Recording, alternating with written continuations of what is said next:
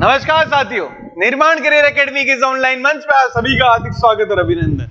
दोस्तों, जैसा कि हम करंट अफेयर की सीरीज को देख रहे थे, इसी सीरीज को अंदर आज आपको महत्वपूर्ण करंट अफेयर्स को आपके सामने लेकर आए हैं, जो कि आगे एग्जाम पॉइंट ऑफ व्यू से काफी इंपॉर्टेंट होने वाले हैं।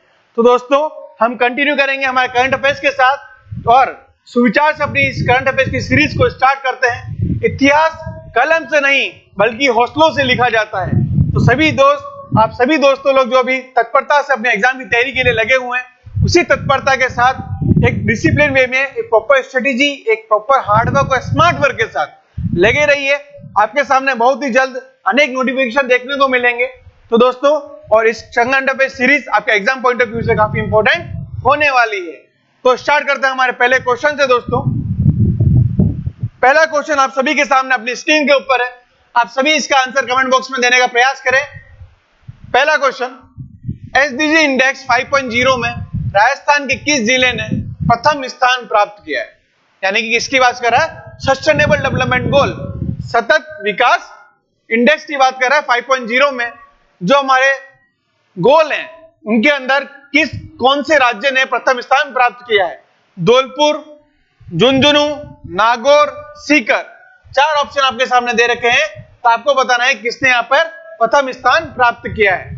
तो हम बात करते हैं आर्थिक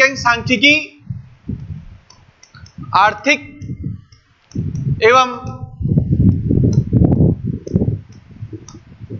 सांख्यिकी जो निदेशालय है, आर्थिक एवं सांख्यिकी निदेशालय ने एक रिपोर्ट पेश करी थी। इस रिपोर्ट के अंदर एक रिपोर्ट जारी करी वर्ष 2024 के अंदर। कब करी दोस्तों? एक रिपोर्ट जारी करी वर्ष 2024 के अंदर, जिसके अंदर राजस्थान के जितने जिले थे 33 जिलों के अंदर झुंझुनू जिले ने प्रथम स्थान प्राप्त किया। क्या दोस्तों? झुंझुनू जिले ने प्रथम स्थान प्राप्त किया। या दूसरे स्थान की बात करोगे दोस्तों, दूसरा स्थान आया था नागौर का। किसका था दोस्तों? नागौर का। और तीसरा स्थान है हमारा सीकर का। क्या है दोस्तों? सीकर का। तो आर्थिक एवं सांख्यिकी निदेशालय ने एक रिपोर्ट जारी करी वर्ष 2024 के अंदर। इसके अंदर झुंझुनू जिले ने प्रथम स्थान प्राप्त किया, द्वितीय स्थान पर रहा हमारा नागौर, तृतीय स्थान पर रहा हमारा सीकर। जब अंतिम स्थान पर हमारा आया था जैसलमेर। अंतिम स्थान पर क्या था दोस्तों? जैसलमेर था। जब राजस्थान की बात करो तो राजस्थान के अंदर 65 कितना स्कोर प्राप्त किया राजस्थान ने? 59.11। राजस्थान के स्कोर की बात करो, हमारे राजस्थान का समग्र स्कोर की बात करोगे दोस्तों, तो वो कितना रहा? 59.11% रहा। तो आपको 3 जिले ध्यान रखने हैं, और 3 जिले कौन कौन से हैं और किसने प्रथम स्थान प्राप्त किया। जब हम बात करें सस्टेनेबल डेवलपमेंट गोल 1.0 की, एसडीजी 1.0 की बात करें, एसडीजी 2.0 की बात करें, एसडीजी 3.0 की बात करें और एसडीजी 4.0 की बात करें, तो इनके अंदर कौन कौन से जिले थे जिन्होंने इनके अंदर प्रथम स्थान प्राप्त किया है दोस्तों? ये भी हमको जानना अनिवार्य है। तो पहले की बात करें तो पहले के अंदर भी झुंझुनू ने प्रथम स्थान प्राप्त किया, और अभी हाल वर्तमान के अंदर भी झुंझुनू ने प्रथम स्थान प्राप्त किया। दूसरी बात करें तो दूसरा है हमारा कोटा। जब एसडीजी 2.0 हुई थी, उसके अंदर हमारा जो कोटा था उसने ये स्थान प्राप्त किया है। क्लियर दोस्तों? जब अगली बात करें तो एसडीजी 3.0 के अंदर जयपुर, क्या था दोस्तों? जयपुर। अब एसडीजी 4.0 के अंदर था दोस्तों हमारा सीकर। क्या था दोस्तों? सीकर। तो आपको इसके बारे में और बेसिक जानकारियां होनी चाहिए कि पिछली बार के अंदर कौन कौन प्रथम स्थान पर आता। 1.0 के अंदर झुंझुनू, 2.0 के अंदर कोटा, 3.0 के अंदर जयपुर और 4.0 के अंदर सीकर, और 5.0 के अंदर हमारा रहा झुंझुनू जिला। कौन सा रहा दोस्तों? झुंझुनू जिला हमारा प्रथम स्थान पर रहा। एसडीजी 5.0 की बात करते हैं तब। क्लियर है दोस्तों? ध्यान रखना, किसके द्वारा रिपोर्ट जारी की जाती है? आर्थिक एवं सांख्यिकी निदेशालय द्वारा। आर्थिक एवं सांख्यिकी निदेशालय द्वारा। चलते हैं अगले क्वेश्चन की तरफ।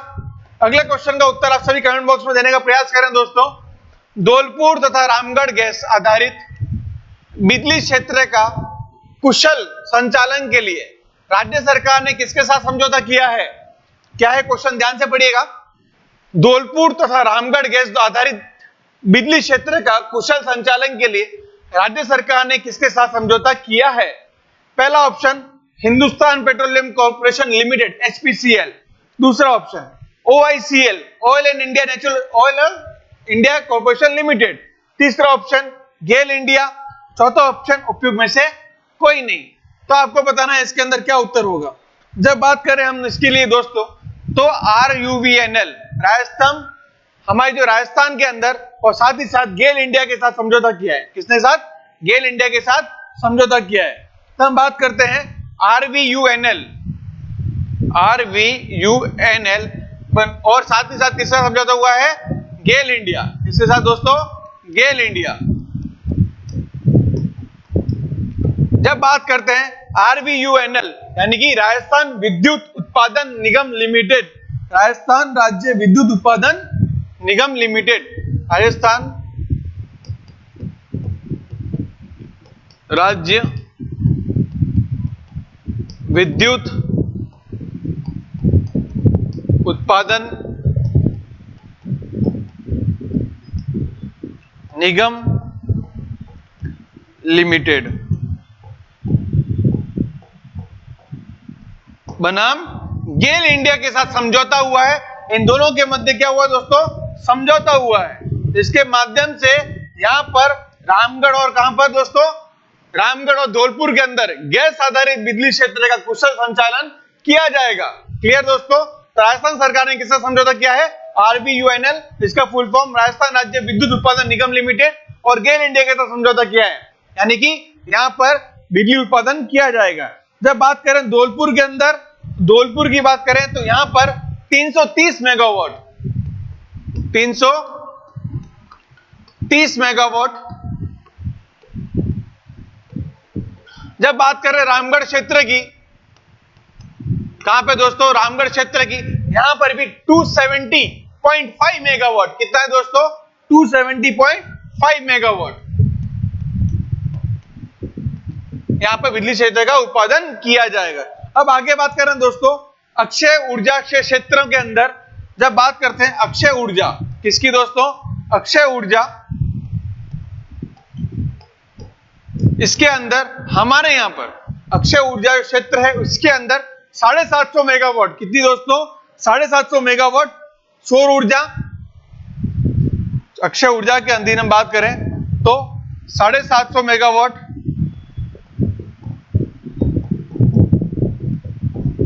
सौर ऊर्जा और 250 मेगावाट पवन ऊर्जा, 250 मेगावाट पवन ऊर्जा, इनका उत्पादन किया जाएगा। क्लियर दोस्तों? तो ये बातें इस योजना स्थापित हो सकेगी। और इसके अंदर टोटल कितना निवेश होगा दोस्तों? तो टोटल यहां पे दोस्तों 2200 करोड़ रुपए का निवेश होगा, 2200 करोड़ रुपए का निवेश किया जाएगा। तो ये बातें कुछ इनके लिए इंपॉर्टेंट थी, आपको ध्यान रखना है कि अक्षय ऊर्जा के अधीन 750 मेगावाट सौर ऊर्जा, 250 मेगावाट पवन ऊर्जा। और हम किसकी बात कर रहे हैं? धौलपुर के अंदर 330 मेगावाट, रामगढ़ के अंदर 270.5 मेगावाट। ठीक है, तो इसके लिए इनके साथ समझौता हुआ है। धौलपुर के बारे में ध्यान रखना है और दोस्तों रामगढ़ गैस के बारे में भी ध्यान रखना है। चलते हैं आगे। तो इसका उत्तर क्या था हमारा दोस्तों? गेल इंडिया। अगला क्वेश्चन,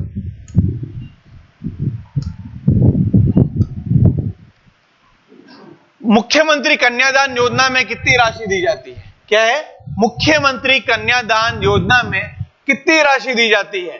पहला ऑप्शन 11,000, दूसरा 21,000, तीसरा 31,000, चौथा 41,000। 4 ऑप्शन आपके सामने दे रखे हैं, आपको बताना है क्या दी जाती है। जब पहले सहयोग एवं उपहार योजना, क्या थी दोस्तों? सहयोग, एक योजना चलाई जाती थी, सहयोग एवं उपहार योजना पहले जो चलाई जाती थी, उसके स्थान पर क्या नाम कर दिया गया? मुख्यमंत्री कन्यादान योजना। उसके स्थान पर रिप्लेस करके उसको क्या कर दिया गया? मुख्यमंत्री कन्यादान योजना, जिसके अंदर दोस्तों जो अनुसूचित जाति हैं, अनुसूचित जनजाति हैं और जो अल्पसंख्यक की बीपीएल परिवार की जो लड़कियां हैं, 18 वर्ष की ऊपर की आयु वाले जो लड़कियां हैं, उनको 31,000 रुपए प्रोत्साहन राशि के रूप में दिया जाते हैं। कितना दोस्तों? हम किसकी बात कर रहे हैं? अनुसूचित जाति। ध्यान रखिएगा दोस्तों, इसके अंदर पात्रता क्या है? अनुसूचित जाति, अनुसूचित जनजाति,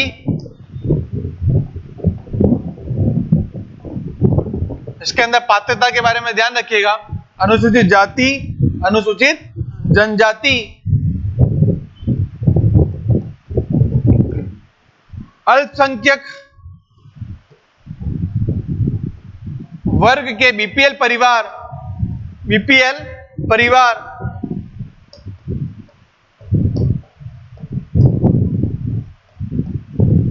की जो लड़कियां होती है, 18 वर्ष से ऊपर आयु वाली की जो लड़कियां होती हैं, उनको विभिन्न चरणों में लाभान्वित किया जाता है। क्या होता है? उनको विभिन्न चरणों में लाभान्वित किया जाता है। तो इसके माध्यम से दोस्तों अलग अलग राशि दी जाती है, यानी कि 18 वर्ष से अधिक आयु की लड़कियों को विवाह पर, उनके विवाह होगा, विवाह के अवसर पर, इनकी जो लड़कियां होती हैं, इनको विवाह के अवसर पर कितनी राशि दी जाती है?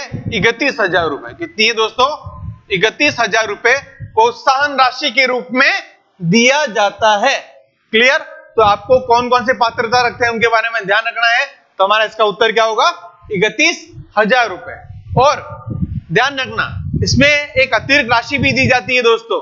वो अतिरिक्त राशि, अगर आप 10वीं पास हो तो 10,000 रुपए, अगर आपने ग्रेजुएशन पास कर की है तो स्नातक की डिग्री है आपके पास, तो आपको 20,000 रुपए अतिरिक्त और दिए जाएंगे। 31,000 के साथ साथ अगर आपको 10वीं पास कर की है तो 10,000 रुपए, स्नातक पास कर की है तो आपको 20,000 रुपए प्रोत्साहन राशि के रूप में दिए जाएंगे। चलते हैं अगले क्वेश्चन की तरफ। अगला क्वेश्चन, पूरे प्रदेश में मां वाउचर योजना की शुरुआत कब से की गई? पूरे प्रदेश में मां वाउचर योजना की शुरुआत कब से की गई है दोस्तों? तो 4 अगस्त, 4 अगस्त, 6 अगस्त, 8 अगस्त, 4 ऑप्शन आपके सामने दे रखे हैं। तो दोस्तों इसका उत्तर होगा हमारा 8 अगस्त। इसके अंदर जो भी दूर दराज की गर्भवती महिला है, दूर दराज की गर्भवती महिला है, यहां से स्पष्ट होता है, मां वाउचर योजना से ही स्पष्ट होता है कि किसके लिए दोस्तों? गर्भवती महिलाओं के लिए। किसके लिए दोस्तों? गर्भवती महिलाओं के लिए। दूर दराज की जो गर्भवती महिला है, उनके सोनोग्राफी के लिए, उनकी सोनोग्राफी के लिए, निशुल्क सोनोग्राफी के लिए सुविधा देना उनका उद्देश्य है। उनके लिए निशुल्क सोनोग्राफी, निशुल्क सोनोग्राफी। क्लियर दोस्तों? गर्भवती महिलाओं के लिए निशुल्क सोनोग्राफी पूरे प्रदेश में मां वाउचर के नाम से योजना है, जो कि 8 अगस्त को प्रारंभ हुई थी। तो इसके बारे में आपको ध्यान रखना है। अगला क्वेश्चन, देश के किस जिले में आदि बाजार महोत्सव, कौन से महोत्सव की बात कर रहा है? आदि बाजार महोत्सव का आयोजन किया जा रहा है। उदयपुर, जयपुर, जोधपुर, डूंगरपुर। 4 ऑप्शन आपके सामने दे रखे हैं, उदयपुर, जयपुर, जोधपुर और डूंगरपुर। तो दोस्तों बात करें अभी वर्तमान की, तो 9 अगस्त को हमने विश्व आदिवासी दिवस मनाया। क्या बनाया दोस्तों? विश्व आदिवासी दिवस मनाया। विश्व आदिवासी दिवस मनाया,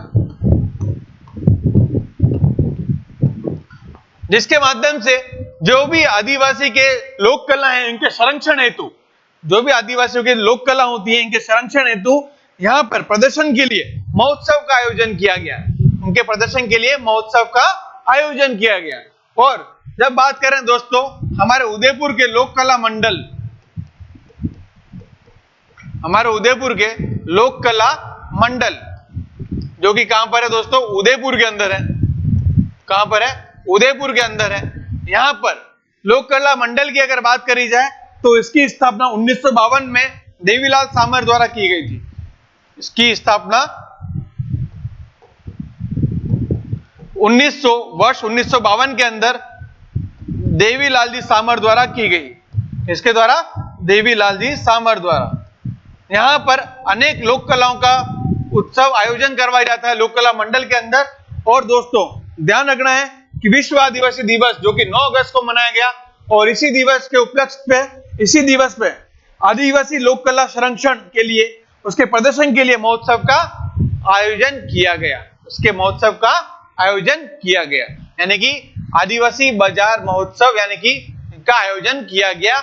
उनके जो संरक्षण होते हैं, इनकी जो लोक कला होती है, इनके संरक्षण हेतु महोत्सव का आयोजन कहां पे किया गया दोस्तों? लोक कला मंडल उदयपुर के अंदर, यानी कि हमारा ऑप्शन क्या होगा इसके अंदर? उदयपुर के अंदर। क्लियर? चलते हैं आगे। अगला क्वेश्चन, हाल ही में किस विधानसभा के विधायक अमरलाल जी मीणा का निधन हुआ था? हाल ही आपको सब पता है कि हमारे उदयपुर के पास के विधानसभा क्षेत्र लगता है सलूम्बर, उनके जो विधायक थे, एमएलए थे अमरलाल जी मीणा, उनका हृदयघात से निधन हो गया था। तो उनका जो उत्तर होगा हमारा सलूम्बर। क्या होगा दोस्तों? सलूम्बर। तो बात करते हैं, हमारे यहाँ पे भी उपचुनाव होने वाले हैं। क्या होने वाले हैं दोस्तों? हमारे राजस्थान के अंदर भी उपचुनाव होंगे। एक उपचुनाव तो होगा हमारे राज्यसभा के अंदर, एक उपचुनाव तो होगा हमारे राजस्थान के अंदर राज्यसभा के अंदर, जहां पे केसी वेणुगोपाल जो थे, केसी वेणुगोपाल जो भी लोकसभा के सांसद बन चुके हैं, तो एक सीट यहां से खाली हो गई है। हमारे राजस्थान की राज्यसभा में कितनी सीटें हैं दोस्तों? 10 सीटें हैं। कितनी हैं? 10 सीटें हैं। तो यहां पर केसी वेणुगोपाल फिर राजस्थान से राज्यसभा में सांसद थे, अभी वो लोकसभा के अंदर निर्वाचित हो चुके हैं, तो एक सीट यहां पर है। और जब बात करें हमारे विधानसभा की, तो यहां पर 6 जगहों पर उपचुनाव होना है। कितनी जगहों पर? 6 क्षेत्रों में, 6 विधानसभा क्षेत्रों में उपचुनाव होना है। यानी कि एक सीट जो थी, हमारे जो पूर्व विधायक जो थे, उनके हृदयघात निधन के माध्यम से वो सीट वैक्यूम हो गई है। और जो 5 जो सीटें थे, 5 जो अन्य विधानसभा क्षेत्र हैं, वहां के जो विधायक थे वो अब सांसद बन चुके हैं। तो दोस्तों आपको ध्यान रखना है कि हमारे उपचुनाव अभी होने वाले हैं। 6 तो विधानसभा क्षेत्र के अंदर होंगे और एक राज्यसभा के अंदर होगा। तो इसका उत्तर क्या था दोस्तों? सलूम्बर। अगला, देश के किन किन शहरों में नगर निगम है? देश के किन किन शहरों में नगर निगम है? उदयपुर, चित्तौड़गढ़, जयपुर, जोधपुर। उदयपुर, चित्तौड़गढ़, जयपुर, जोधपुर। दोस्तों क्वेश्चन के अंदर बदलाव है, किन किन शहरों में 2-2 नगर निगम है। क्या है क्वेश्चन? किन किन शहरों में 2-2 नगर निगम है? हमारे यहां पर किन किन शहरों में 2-2 नगर निगम है, यहां पे आपको बताना है 2-2 नगर निगम है। तो हम बात करते हैं इसके उत्तर की, तो हमारे जयपुर, जोधपुर और कोटा, ये 3 शहर है हमारे राजस्थान के अंदर। राजस्थान के अंदर 3 शहर है, यानी कि जयपुर, जोधपुर और कोटा। यहां पर 2-2 नगर निगम है दोस्तों। कितनी है? 2-2 नगर निगम है। जब बात करें हमारे जयपुर की, किसकी बात करें दोस्तों? सर्वप्रथम जयपुर की बात करें तो जयपुर ग्रेटर और जयपुर हेरिटेज, जयपुर ग्रेटर व हेरिटेज। क्लियर दोस्तों? जब बात करें हमारे जोधपुर की, जो कि अगला जिला है, उसके अंदर भी 2-2 निगम है, यानी कि पूर्व व पश्चिम, पूर्व व पश्चिम।